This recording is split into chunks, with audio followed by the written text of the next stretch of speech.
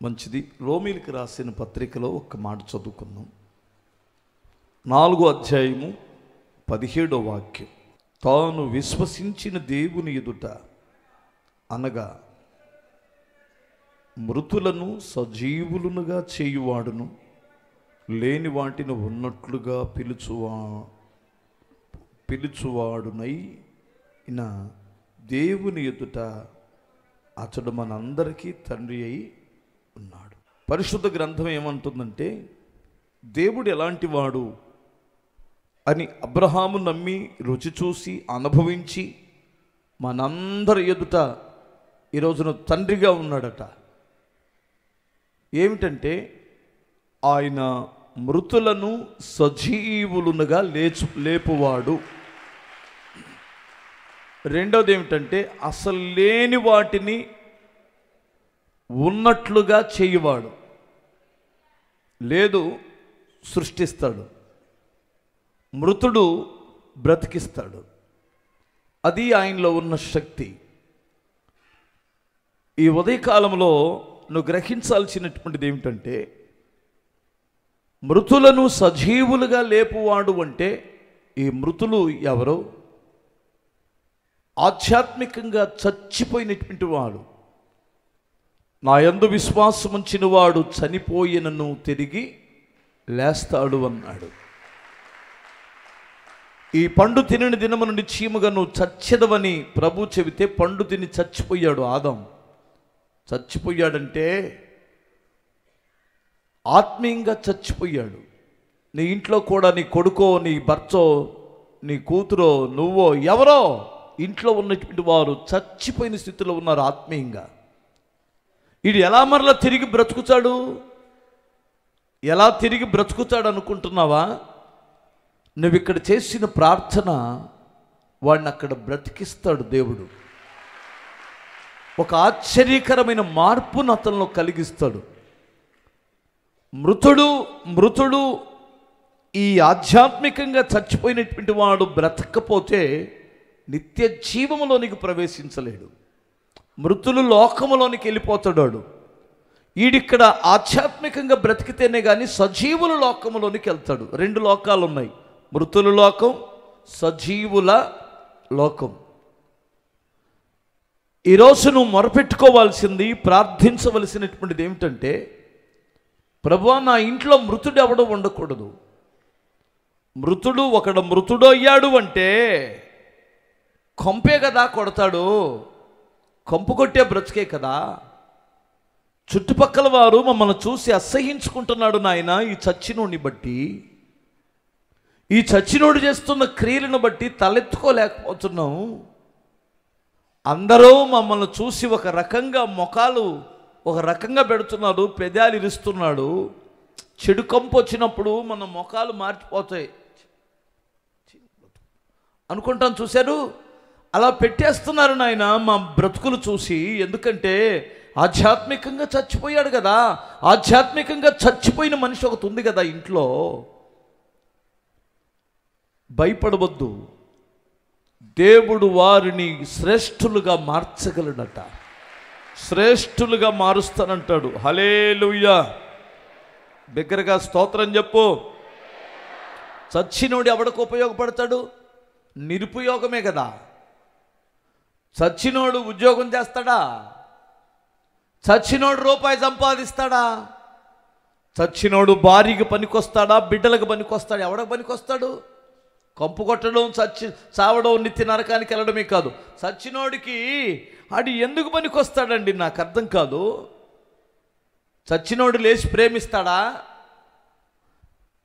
చచ్చినోడు ఇంట్లో భార్య ఏడుస్తుంటే గబగబా వచ్చి కన్నీళ్ళు తుడుస్తాడా? ఎంతమంది ఉన్నారో. కఠినమైన వాడు చచ్చినోడు. పిల్లల్లో ఉన్నారు, పెద్దల్లో ఉన్నారండి ఈ చచ్చినోళ్ళు. హృదయం లేదు. తల్లిదండ్రులు అలా మూలుగుతుంటే, తల్లి అలా మూలుగుతుంటే వచ్చి పలకరించి ఒక ట్యాబ్లెట్ ఇవ్వనేవాడు వాడు ఎవడంటాడు? చచ్చినోడు కాదు. ఆడు బొందలో ఉన్నోడైనా ఈడు భూమి మీద ఉన్న ఒకటే, వీళ్ళిద్దరు ఒకటే. చాలాసార్లు కుమిలిపోతున్నావు కదూ, కనీసం పలకరించే నాదుడు లేడు, ఇంట్లో ఇంతమంది ఉన్నా నన్ను పలకరించేవాడు లేడు, ఆదరించేవాడు లేడు, చచ్చినోళ్ళతో చచ్చిన కుటుంబంలో ఉన్నట్లుంది వాతావరణం అనుకుంటున్నావు కదూ. నువ్వు విశ్వసించిన నీ దేవుడు అంటాడు వారిలో ప్రేమను పుట్టిస్తాడు, వారిని బ్రతికిస్తాడు. 6 నిరుపయోగముగా ఉన్నటువంటి వారు ప్రయోజనకరంగా దేవుడు మారుస్తాడంటాడు. నమ్ము నమ్ము. హల్లెలూయా. జీవ పునరుద్ధానములకు లేపుతాడట చచ్చిన వాళ్ళని. మేలు చేసిన వాడు జీవ పునరుద్ధానానికి, కీడు చేసిన వాడు తీర్పు పునరుద్ధానానికి అన్నాడు. నువ్వు ఎవరిని చచ్చిపోయినాడు అనుకున్నావో నీ ఇంట్లో, వారిని మేలు చేసిన వారిని జీవ పునరుద్ధానానికి లేపుతాను, వాడిని రక్షించి నిత్య జీవంలో కూర్చోబెడతానంటాడు. అసాధ్యమా దేవుడికి? టైం లేదు, 2 మాటలు చెప్పేసి ముగిస్తాను. హల్లెలూయా. లేని వాటిని ఉన్నట్లుగా పిలుచువాడు అంటాడు. హల్లెలూయా. నాకు చాలా చాలా ఆశ్చర్యం. లేని వాటిని అసలు ఏం లేదు, శూన్యం. శూన్యములో ఇంత అందమైన భూమిని సృష్టించాడు దేవుడు. శూన్యములో ఇంత అందమైన భూమిని సృష్టించాడు. శూన్యములో సూర్యుడిని, చంద్రుడిని, గ్రహాలను కలుగు చేశాడు దేవుడు. లేని వాటిని ఉన్నట్లుగా ఆయన పిలిస్తే కార్యం జరిగిపోయింది. వినండి జాగ్రత్తగా. లేని వాటిని ఉన్నట్లుగా పిలిచే దేవుడి దగ్గరికి వచ్చావు నువ్వు. ఆయన ఇలా చేయగలడని అబ్రహాము నమ్మాడట. హల్లెలూయా. అబ్రహాం జీవితంలో ఒక గొప్ప అనుభవం. పిల్లలు లేరు, 99 సంవత్సరాలు వచ్చినాయి. ప్రపంచంలో ఎవరైనా వాళ్ళని చూసి పిల్లలు పుడతారనుకుంటాడా? ప్రభువు ఏమన్నాడంటే, ఒక రోజును వారిని దర్శించి వాళ్ళ ఇంట్లో భోజనం చేశాడు. యేసు ప్రభు వారు, సృష్టికర్త అయిన దేవుడు భోజనానికి వచ్చాడు అబ్రహాం ఇంటికి. దేవుడు మా ఇంటికి వచ్చాడనే సంగతి వారికి తెలియదు. స్వదాగా వారికి ఉన్న గుణం ఏమిటంటే, ఆ బాటసారులు ఎవరైనా అక్కడికి అటు నుంచి వెళ్తుంటే వారికి భోజనం పెట్టకుండా పంపించడు అబ్రహాం గారు. ఆతిథ్యం ఇచ్చుట మీరు మర్చిపోకండి అంటాడు. ఆతిథ్యము కొంతమంది తెలియకనే దేవదూతలకు ఆతిథ్యం ఇచ్చిరి అని రాయబడి ఉంటుంది. ఏదో వాళ్ళు దేవుడు యేసు ప్రభు వారు మా ఇంటికి వచ్చాడని గబగబా తీసుకెళ్ళి భోజనం పెట్టలేదు. వాళ్ళు యేసు ప్రభు అనే సంగతి వాళ్ళకి తెలియదు. సామాన్యమైన మనుషుల్లాగా వచ్చారు.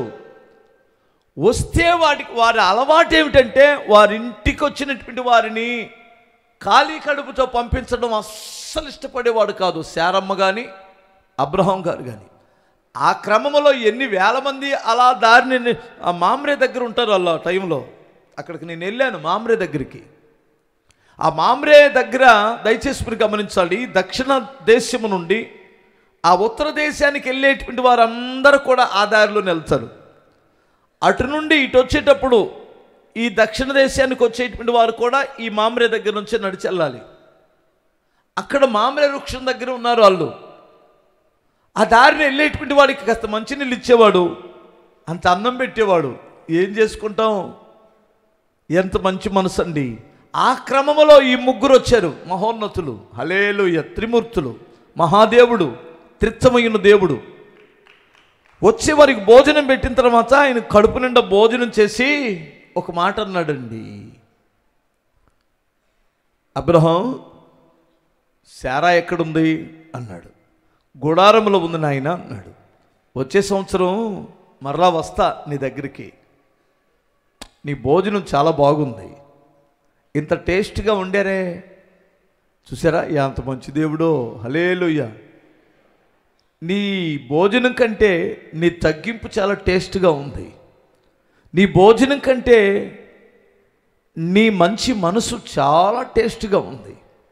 నీ భోజనం కంటే నువ్వు 99 సంవత్సరాల వయసులో పరుగులు తీసి పరుగులు తీసి ఆసక్తి చూపించవే, మందకెళ్ళి పట్టుకొచ్చి కోసి ఎన్నని పాలను సిద్ధపరిచవే.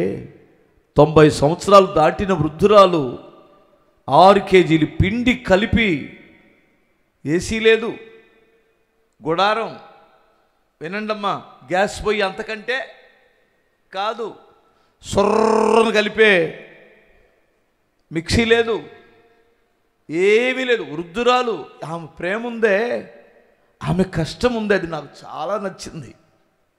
మరలా వస్తా, మీ ఇంటికి భోజనానికి వస్తా. వచ్చేటప్పటికి నీ భార్య ఒక కుమారుని తన కౌగిలిలో పెట్టుకొని ఉంటుంది. నీ భార్య తన కౌగిలిలో ఒక కుమారుని పెట్టుకొని ఉంటుంది, తన కడుపులో పుట్టిన వాడిని. ఈ మాట ఎన్ని శారా అక్కడుండి ఎక్కడ గుడారంలో ఉంది, ఇల్లం బయట మాట్లాడుకుంటున్నారు అని నవ్విందట. కొంతమందికి దేవుని మాటలు నవ్వులాటగా ఉంటాయేమో. కొంతమంది ఇక్కడ కూడా ఉంటారు. కొంతమంది లేని వాడిని ఉన్నట్టు పిలవడం అంటే మనకేమిస్తాడే. శారా, అబ్రహాం, శారా నవ్వనేలా భయమేసి అసలు మేము పేర్లే చెప్పలేదు. అబ్రహాం అని పిలుస్తాడు, శారా అని పిలుస్తాడు. మాకు పిల్లలు లేని సంగతి ఎలాగో తెలుసు. మా వయసును బట్టి మాకు మనవరాళ్ళు ఉంటారని కదా తెలుసుకోవాలి. మాకు ఈ వయసులో పిల్లల్ని ఇస్తానంటాడు. ఎవరై ఉంటారేనా? అయ్యో బాబోయ్, భయం వచ్చేసింది, గుండెల్లో వణుకొచ్చేసింది. ఈయన మన ఇంటికి వచ్చిన వాడు ఈ దారిని పోతున్న బాటసారులు కాదు, సృష్టికర్తే వచ్చాడు. భయపడి గడగడ వణికిపోయి, అయ్యో నేను నవ్వలేదు స్వామి అనింది. లేదు, నువ్వు నవ్వావు. యెహోవాకు అసాధ్యమైనది ఏమైనా ఉందా? అప్పుడు అన్నాడు, నేను దేవుణ్ణి, నువ్వు లేవు అనుకుంటున్నావు. నిన్ను ఉన్నదాన్ని నేను చేయలేనా? ఉద్యోగం లేదనుకుంటున్నావు, ఉద్యోగం నేను ఇవ్వలేనా? ఇల్లు లేదనుకుంటున్నావు, ఇంటిని నేను ఇవ్వలేనా? నువ్వు ఇప్పుడు లేనిదానివే, లేనివాడివే. నిన్ను ఉన్నవాడిని చేయలేనా? ఆస్తికర్తగా చేయలేనా? నీ సందేహం, నీ యొక్క అపనమ్మకం నిన్ను పాడు చేయకుండా కాపాడుకోవాలి. బిగ్గరగా స్తోత్రం చెప్పాలి. హల్లెలూయా. లేని వాటిని ఉన్నట్లుగా పిలుచువాడు. ఇప్పుడు నువ్వేం చేయాలంటే లేని వాటిని ఉన్నట్లుగా చూడు అంటారు నేను. మీరేమంటారు? లేని వాటిని ఉన్నట్లుగా చూడు. చూసి ఒళ్ళొంచి పనిచేయి. స్తోత్రం చెప్పాలి. చూసి ఇంట్లో పడుకొని పొదుగులు దర్శనం చూడమాక బోర్లు పడుకొని కుర్రడా. లేని వాటిని ఉన్నట్లుగా పిలుచువాడని చూడు. హల్లెలూయా. ఇంకొకసారి చెప్పు. దేవుడు నీ అవసరాన్ని తీరుస్తాడు, నీ కోరికను తీర్చడు. ఇంకొక మాట కూడా చెబుతాను నేను, సందర్భం వచ్చింది కాబట్టి. భ్రష్టుడు కోరికను దేవుడు తీర్చడు, ఎందుకంటే వాడు చాలా డేంజర్గా అవుతాడు. గర్విష్ఠుల కోరికను తీర్చడు, ఎందుకంటే వాడు ప్రమాదకరంగా మారుతాడు. మారు మనసు లేనిటువంటి వాడి కోరికను సాతానుడు తీరుస్తాడు, దేవుడు ఎప్పుడు తీర్చడు. ఎందుకంటే వాడికి ఇస్తే దేవుని సన్నిధి కూడా మర్చిపోతాడు. యెహోవా ఎవడో అంటాడట, యెహోవా ఎవడో అన్నట్టు తిరుగుతాడట. కానీ అబ్రహాము చాలా దేవునికి ఇష్టమైన వాడు. సరే మంచిది. ఎప్పుడు ఇవి జరుగుతాయి? అబ్రహాము అనుసరించినటువంటి మాదిరి ఏమిటి, ఆ పద్ధతి ఏమిటి? 3 విషయాలు అక్కడే ఉన్నాయి. త్వరగా చెప్పేసి ముగించేస్తాను. ఓకే, హల్లెలూయా, టైం అయిపోతుంది. ఇక్కడ 3 మాటలు ఉండండి. సందేహింపక దేవుని మహిమపరిచి ఆయన వాగ్దానము చేసిన దానిని నెరవేర్చుటకు సమర్థుడిని రూఢిగా విశ్వసించి ఆ విశ్వాసము వలన బలము పొందెను, దీవెన పొందెను. ఇక్కడ 3 విషయాలు ఉన్నాయి. దేవుడు వాగ్దానము చేసిన తర్వాత లేట్ అయింది. ఇక్కడ లేట్ అయింది, కానీ లేట్ అయినంత మాత్రాన జరగదని కాదని అర్థం. అతడు సందేహించలేదంటాడు. 1 సంవత్సరం అయింది, 2 సంవత్సరాలు అయింది, 10 సంవత్సరాలు అయింది, 15 సంవత్సరాలు అయిపోయింది, 20 అయిపోయింది, 24 సంవత్సరాలు అయిపోయింది. 24 సంవత్సరాలు ఇయ్య బాబోయ్. కానీ ఆ మనిషిలో సందేహం రాలా. మీరు గమనిస్తున్నారా అమ్మ? మీకు అర్థమవుతుందా తల్లి? సందేహం రాలేదు. సందేహం అంటే దేవుణ్ణి అనుమానించడం అంటారా? దేవుడు ఇస్తాడో ఇవ్వడో సందేహం. మన జాగ్రత్తలో మనం సందేహించలేదు అంటూ బైబిల్ చెబుతుంది. మనోళ్ళకు 34 సందేహాలు. ఉంటానో ఓడతానో అనే సందేహం, పోతానో ఉంటాననే సందేహం, చిన్న రోగం వస్తే ఉంటానో పోతాననే సందేహం, దేవుడు చేస్తాడో చేయడనే సందేహం. ఎక్కడి దాకా ఎందుకండి? ఏదైనా ఇలా నడిచెళ్తున్నప్పుడు కూడా సందేహం. ఏమన్నా గుద్దిద్దామనే సందేహం, ఏమన్నా పోతామనే సందేహం, అసలు నేను డబ్బులు ఇచ్చాను వస్తాయో రావో అనే సందేహం. ఏమండి, ఇవి పిల్లలు అన్నం పెడతారో మాకు సున్నం పెడతారో నా సందేహం. ప్రతి దానికి సందేహం. అల్ప విశ్వాసి. ఎందుకు సందేహించితివి? ఏమంటాడు రా? అల్ప విశ్వాసి. ఎందుకు సందేహపడ్డావు? అల్ప విశ్వాసి. ఎందుకు సందేహపడ్డావు? నేను లేనా? నేను లేపలేనా? అల్ప విశ్వాసి. ఎందుకు సందేహపడుతున్నావు? మనుషులనైతే సందేహించకుండా కరెక్ట్గా చేస్తారని నమ్ముతావా? నన్ను మాత్రమే నమ్మవా? నువ్వు నమ్మినవాడు నిన్ను మోసం చేస్తాడనే సంగతి నీకు తెలియదా? మనుషుడు ఏడల సందేహపడకుండా అంతగా నమ్మావే, అంత ఒలిసి ఇచ్చావే, అంత దారబోసావే, జీవితాన్ని అంత దారబోసావే వాడి కొరకు, ఆ కుటుంబం కొరకు. వాళ్ళ ఏడల సందేహం లేదే. జీవాధిపతి అయినటువంటి నా ఏడలు నువ్వెందుకు సందేహిస్తావు? దేవుడు ప్రశ్నిస్తాడు. నువ్వేం చెబుతావు? నీకు అర్థం కాలేదా? హల్లెలూయా. కొంతమంది జుట్టు బిక్కొని ఏడుస్తారు. కొంతమంది అయ్యో మోసపోయాం బ్రదర్, అయ్యో నేను అలా అనుకోలేదు బెదరు, అసలు అనుమానమే రాలేదు బెదరు, ఇలా చేస్తాడని అనుకోలేదు బెదరు, ఇలా చేసిద్దని అనుకోలేదు బెదరు. ఎందుకు అనుకుంటావు? నువ్వు మనుషులను బాగా సందేహించుకొని నమ్ముతావు. 34 సార్లు దేవుడిని సందేహిస్తావు. చర్చికి వెళ్ళడానికి సందేహం, వాక్యం మీద సందేహం. ఏమండి, ఇంకా సందేశం కాదు, సందేహం. ప్రతిదీ సందేహమే. ప్రతిదీ పాస్టర్ గారుల మీద సందేహం. నీకు ఇంకా స్తోత్రం చెప్పాలి. నీ సందేహం పుట్టి నువ్వు పుట్టావు. నువ్వు సందేహించకుండా నమ్మాడట ఆయన. నువ్వు నమ్మిన ఎడల దేవుని కార్యాన్ని చూస్తావు. హల్లెలూయా. ఇంకో మాట ఉంది, సందేహించకపోవడం కాదండి, ఇంకొక అద్భుతమైన కార్యం ఏంటంటే అంత లేట్ అయినా దేవుణ్ణి మహిమపరిచాడట. స్తోత్రం చెప్పాలి. ఎక్కడ లూజు మాటలు మాట్లాడలేదు దేవుని గురించి, ఎక్కడ పిచ్చి మాటల నోట్లో నుంచి రానివల. తన మాటలో కానీ ప్రవర్తనలో కానీ ఎక్కడ దేవుని నామానికి అవమానము కలుగునట్లు ఎక్కడ ప్రవర్తించలా. తన జీవితాన్ని, తన నడక, తన పడక, తన మాట, తన జీవితం,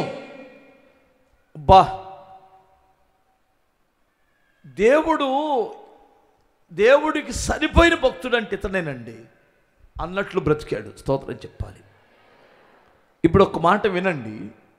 దేవుడు నీకు లేని వాటిని ఉన్నట్లుగా దేవుడు ఇస్తాడు, లేని వాటిని దేవుడు నీకు ఇస్తాడు, నీకు లేని వాటిని దేవుడు నీకు ఇస్తాడు.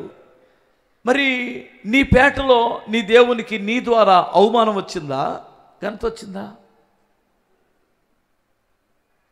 ప్రశ్నించుకోండి ఒకసారి. నిన్ను ఎవరో లేకుండా నీ పేటలోకి వెళ్ళి పలానా సిస్టరు చర్చికి వస్తుందండి, ఏంటంటే ఆమెమండి మంచి భక్తి కలిగిన బిడ్డండి, నీతిమంతురాలండి, ఆయన మంచివాడండి, చర్చికి వెళ్తున్నాడు కదా, చాలా మారాడండి. ఇదే దేవుణ్ణి మహిమపరిచే సాక్ష్యం. హల్లెలూయా. నీ బంధువుల్లో ఏమిస్తారు నిన్ను గురించి సాక్ష్యం? ఒకసారి దేవునికి మహిమ వస్తుందా? చర్చికి వెళ్తారు కానండి, ఇలా బ్రతుకులు మారలేదండి, మీకు తెలియదులేండి, మీ చర్చికి వస్తారు కానీ అంటున్నారా? అంటే దేవుని నామం నీ ద్వారా అవమానపరచబడుతుంది. నీ ద్వారా దేవుని నామం అవమానపరచబడుతుంది. అలా ఉండకూడదు. నువ్వు నీ ఇంట్లో నీ దేవుని నామం ఏమవుతుంది? నీ భర్త ఎదుట, నీ భార్య ఎదుట, నీ పిల్లల ఎదుట నీ ద్వారా దేవుని నామానికి మహిమేమన్నా వస్తుందా? అలా జరిగితే లేని వాటిని ఉన్నట్లుగా ఇస్తాడు దేవుడు నీకు.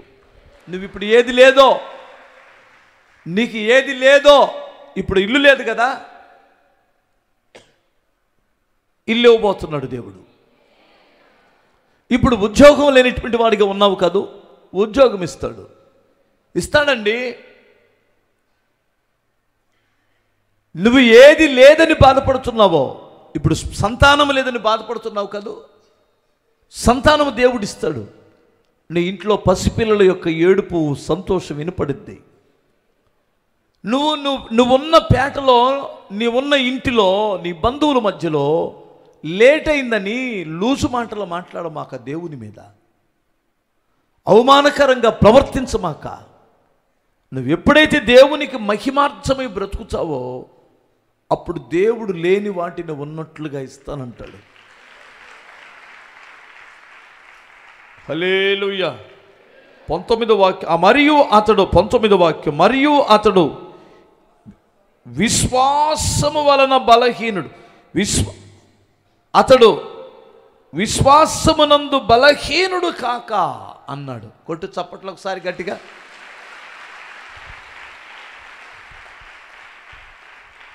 ఏ విషయంలో బలహీనుడు అవ్వలేదు? ఏ విషయంలో బలహీనుడు అవ్వలేదు? విశ్వాస విషయంలో బలహీనుడు అవ్వలేదట. భక్తి విషయంలో బలహీనుడు అవ్వలేదు. ఆసక్తి విషయంలో బలహీనుడు అవ్వలేదు. మనల్ని కొంతమందిని చూస్తే చాలా ఆశ్చర్యం వేస్తూ ఉంటుంది. 2017లో బలవంతుడుగా ఆసక్తి కలిగినటువంటి వాడిగా ఉన్నాడు. 2024 వచ్చేసరికి ఏమయ్యాడో?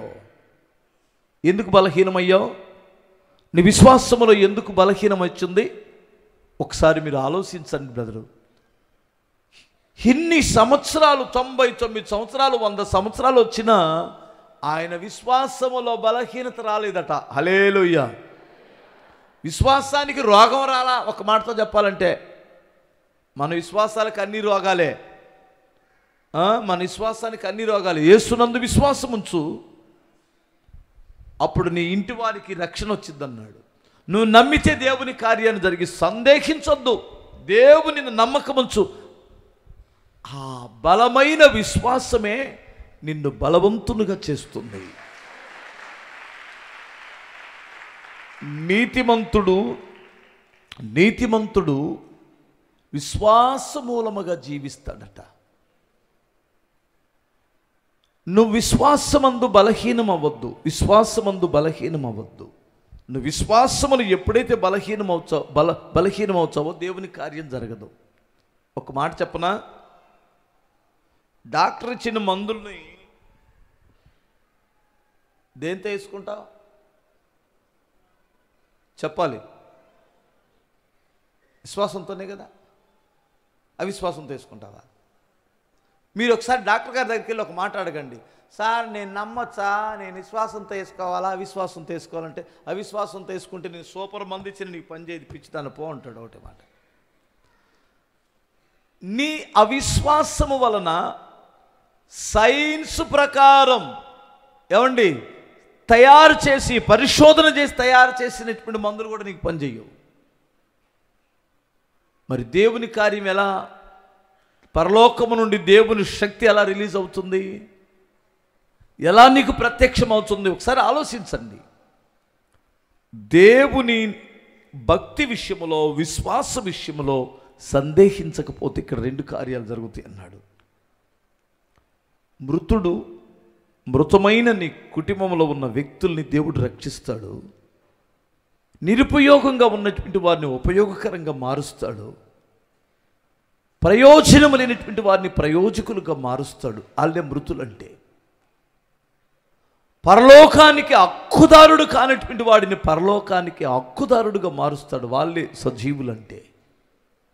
లేని వాటిని ఉన్నట్లుగా చేస్తాడు, ఇస్తాడు. ఆరోగ్యం లేదా? దేవుడు లేదు కదా, నీకు ఇస్తాడు. సొంత ఇల్లు లేదా? లేదు కదా, దేవుడు నీకు ఇస్తాడు. నువ్వు సొంత ఆస్తికర్తగా ఉంటావు. ఇప్పుడు ఉద్యోగం లేదు కదూ, లేనివాడువు కదూ, లేని దానిని ఇస్తాడు దేవుడు, నీకు ఇస్తాడు. నమ్ము. ఇప్పుడు సంతానము లేదు కదూ, సంతానాన్ని దేవుడు ఇస్తాడు. నమ్మిన వారు హల్లెలూయా చెప్పండి. ఎందుకంటే దేవుని దగ్గరికి వచ్చిన బిడ్డలందరూ ఒకప్పుడు లేనివారే, ఏమీ లేనటువంటి వారే. ఆయన్ని సందేహించకుండా నమ్మినటువంటి వారిని దేవుడు లేని వాటిని ఉన్నట్లుగానే ఇచ్చేశాడు. నిజమండి. మీ పితరులు కాదు ఇస్తుంది, సృష్టికర్తని దేవుడు ఇస్తున్నాడు. నమ్ము. సందేహించొద్దు, సందేహించొద్దు. దేవుని నామానికి అవమానకరంగా ఎక్కడ ప్రవర్తించొద్దు. విశ్వాసములో బలహీనుడు అవ్వద్దు. ఎదురుచూడు, ఎదురుచూడు, ఎదురుచూడు. ఓపికతో ఎదురుచూడు, ఓపికతో ఎదురుచూడు. దేవుడు ఇస్తే నీ గుండె ఉప్పొంగి కొట్టుకుంటూ సంతోషించిందన్నాడు బైబిల్లో. హల్లెలూయా. నువ్వు ఉప్పొంగిద్ది, నీ గుండె ఉప్పొంగిద్ది అన్నాడు. ఎంత సంతోషం అంటే, ఇంకా నేను ఒక మాట చెప్తున్నా మీకు, మీ చుట్టుపక్కల ఉన్న వాళ్ళ చెవుల్లో సొంటి పడిపోతుంటావు పొద్దుగుకులు. నువ్వు దేవుడు ఇమెయిల్ చేశాడు, దేవుడు ఇమెయిల్ చేశాడు. ఎందుకంటే నీకు పొద్దుగులు చెప్పిందే చెప్పాలనిపిస్తుంది. ఎందుకంటే నీ కన్నులకి, నీ హృదయానికి అంత ఆశ్చర్యం కలిగినటువంటి వాడు పొద్దుగులు అదే చెబుతుంటాడు. స్తోత్రం చెప్పాలి. అసలు నేను ఇలా జరిగిద్ది అనుకోలేదండి, దేవుడు ఇలా ఇస్తాడు అనుకోలేదండి, నా పిల్లలు ఇలా అవుతారని నేను అనుకోలేదండి, అయ్యో మాకు ఇలా మేము ఉంటామని అనుకోలేదండి, మేము ఇల్లు కడతామని అనుకోలేదండి, అసలు నా పిల్లలు పడతారని అనుకోలేదండి. వచ్చిన వాళ్ళకల్లా చెప్పేస్తావు నువ్వు. హల్లెలూయా. అదే సంతోషం. నేను ఇలా బ్రతుకుతానని నేను అనుకోలేదండి, అసలు మేము ఇలా ఉంటామని అనుకోలేదండి. హల్లెలూయా. దాన్ని ఏమంటారు తెలుసా? ఉప్పొంగడం, గుండె ఉప్పొంగడం. అలా నీ జీవితంలో జరుగునుగాక. లేని వాటిని దేవుడు నీకు ఉన్నట్లుగా ఇచ్చునుగాక. లైవ్లో వింటున్నటువంటి వారు ఎంతమంది దిగులుతో ఉన్నారు? హల్లెలూయా. స్తోత్రం చెప్పగలరా? నువ్వు ఒకటే, లైవ్లో ఉన్నోళ్ళైనా ఇక్కడ లైవ్లో కూర్చున్నటువంటి వారైనా, నీ విశ్వాసములో సందేహం రానివద్దు, నీ ప్రవర్తనలో దేవునికి అవమానం రానివద్దు. ఓకే, నీ విశ్వాసము బలహీనం అవనివద్దు. అప్పుడు అసాధ్యమైన మృతులని సజీవులుగా లేపిన దేవుడు అసాధ్యమైన అనుకున్న కార్యాలు సాధ్యపరుస్తాడు దేవుడు. ఇది అసాధ్యం అనుకున్నటువంటి దాన్ని దేవుడు సాధ్యపరుస్తాడు. 2, లేని వాటిని ఉన్నదన్నట్లుగానే సృష్టిస్తాడు. సృష్టిస్తాడు దేవుడు. గొప్ప దేవుడు, మహిమగల తండ్రి, మహిమగల తండ్రి. మన చర్చికి వచ్చేటువంటి వారిని నేను సాక్ష్యాలు చెబితే ఎన్ని ఉంటాయోనండి. నాతో పాటు ఒక 7-8 కుటుంబాలు అద్దెకుండేవారు ఇక్కడ. ఆ పూట తెచ్చుకొని తినే వాళ్ళు కూడా. ఎవరో ఈ కోటేశ్వరరావు, మన ఫ్రూట్స్ అమ్మే కోటేశ్వరరావు, అక్కడ వెంకటేశ్వరరావు, ధనలక్ష్మి, శ్రీను, అంకాలమ్మ, ఇంకా చాలామంది ఉన్నారు. వాళ్ళందరూ, మేమందరం అప్పుడు లక్ష్మీనగర్లో అద్దెకే ఉండేవాళ్ళం. నేను సేవకు స్టార్ట్ చేసినప్పుడు వాళ్ళందరూ ఇప్పుడు లక్ష్మీనగర్లో లేరు. అంతు లేకుండా పోయారు అనుకోకండి. వాళ్ళకప్పుడు ఏమి లేదో ఇప్పుడు ఉన్నవారినిగా చేసాడు దేవుడు. అప్పుడు ఇల్లు లేదు. హల్లెలూయా. మొన్న ఒక అమ్మాయి అంటున్నారు, ధనలక్ష్మి అనే అమ్మాయి, మొన్న గృహప్రవేశానికి వెళ్తే, అన్న మేము ఇంత చిన్న ఇంట్లో, చిన్న రేకుల షెడ్లో, చిన్న ఇంట్లో మేము అద్దెకున్నామన్నా, మీరు రేకుల షెడ్లు అద్దెకున్నారు, ఇప్పుడు దేవుడు నాకు 3 అంతస్తుల బిల్డింగు ఇచ్చాడు. మేము అనుకోలేదన్నా, అసలు మేము ఇలా అవుతామని మేమే అనుకోలేదు. దేవుడు చేసిన కార్యాలు అలాగుంటాయి. కంగారు పడమాక, తొందరపడి మాట్లాడమాక. తొందరపడి ఇంక దేవుడు ఏమిస్తాడోలే, మనం చచ్చిన తర్వాత ఇస్తాడా పీవు అనమాక. నువ్వు బ్రతుకున్నప్పుడే చూస్తావు కార్యాలు.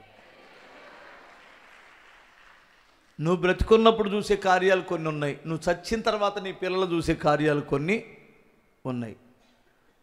నువ్వు చచ్చిపోయిన తర్వాత కూడా నీ పిల్లల్ని విడిచిపెట్టడు దేవుడు. వాళ్ళు చూసే కార్యాలు కొన్ని ఉన్నాయి, నువ్వు చూసే కార్యాలు కొన్ని ఉన్నాయి. యేసు నామములో ఇలా జరుగును గాక.